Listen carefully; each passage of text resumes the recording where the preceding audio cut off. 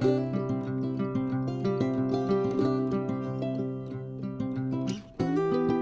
and welcome to Bottom Line. I'm Pastor Paul Steele from Bethlehem Church in Austin, Minnesota. The Bottom Line is our weekly summary of the previous Sunday's sermon.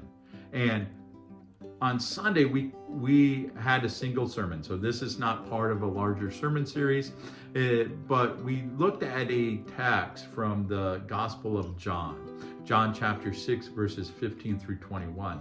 And the main purpose of this text, or the main theme of this text, is to show that Jesus is God. So right before it, we see that Jesus feeds the 5,000 with a few loaves of bread and some fish. This reminds us of God providing for his people in the wilderness.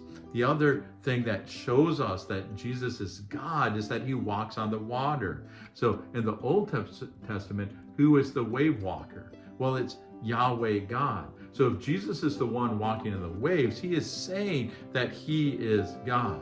And a third evidence that Jesus sees himself as God is that when he approaches the disciples in the boat and they're afraid, he says, "Fear not, for I am here." So he uses the divine name that we see in the Old Testament. I am here. So don't worry, don't be fearful. I am here. So he's saying that he is God. But from this passage, I pulled out 3 life principles that help us deal with worry.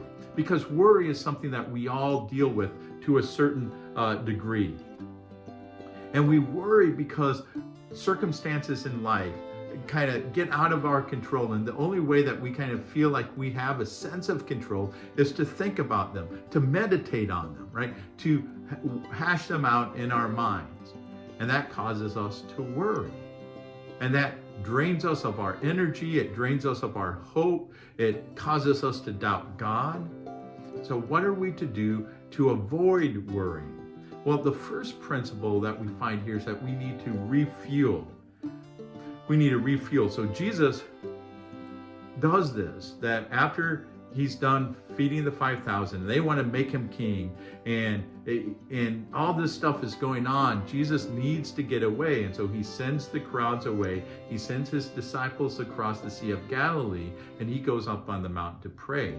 He prays during the night to connect with his Father. And if this is something that Jesus did, if this was a practice that he had, that is a practice that we need in our lives. The second thing is we need to remember. See, as the disciples are crossing the lake and this storm comes up, they get fearful because it's a dangerous situation. But they forget who's watching over them. They forget who's on the mountain, right? They forget who Jesus is. And so as Jesus approaches and he calls out, "I am here," they remember. And so we need to remember who we are. We need to remember who God is.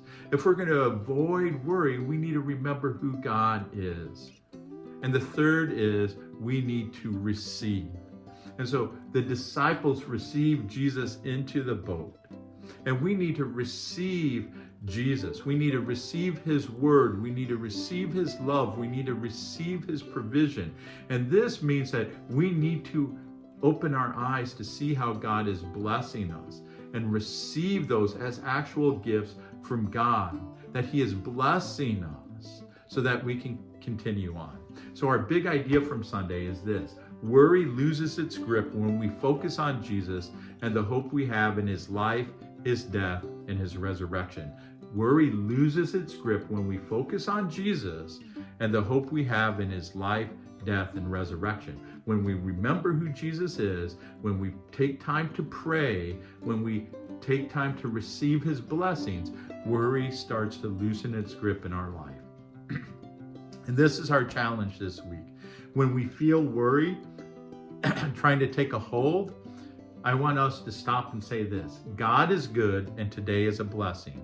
God is good, and today is a blessing. That breaks that cycle of worry in our lives. We stop it and we say, no, God is good, today is a blessing. And then we say a short prayer, releasing our worry to God. Hey, thank you for watching. Thank you for being part of Bethlehem. I hope that you have a wonderful rest of the week, and God bless.